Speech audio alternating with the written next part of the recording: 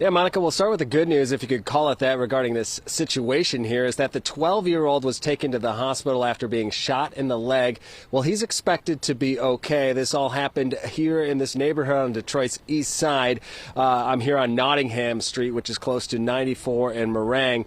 Around 8:40 is when we're told police first were alerted through their technology called Shot Spotter. That's a system of able to triangulate the sounds of gunshots, getting police to the scene as fast as possible. Then came a series of 911 calls alerting them to a number of shots that were fired at one house in particular. We're told that house is where the victim, the 12-year-old, was apparently getting ready for bed up in his bedroom when shots ripped through his home, hitting him in the leg. He was taken to the hospital. He wasn't the only one in the house, but he was the only one struck, according to police. They were out here for most of the evening since 8:40, kind of going over the property looking for any shell casings. They have recovered multiple, they say, and they've also seen evidence that shots did enter the house.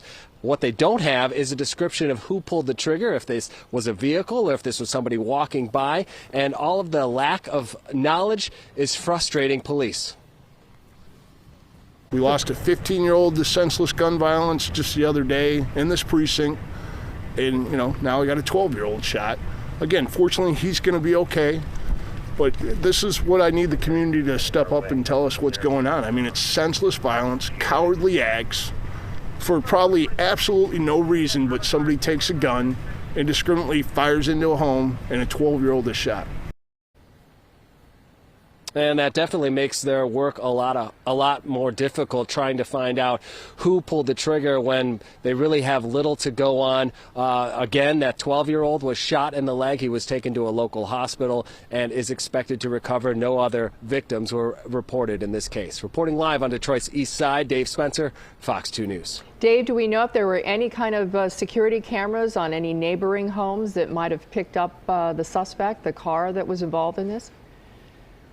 Yeah, that's the hope. That's what they're doing right now, is that they're still on scene, trying to talk to any potential witnesses, trying to find any Ring or Nest doorbell cams that may have captured this to give us a better indication of who they're looking for. They've been on the scene for an hour and 15 minutes or so, and so far, no word of any potential suspects that they're looking for. But if they do get that information, we'll pass it along to you. All right. We'll see you on the edge at 11. Thanks, Dave.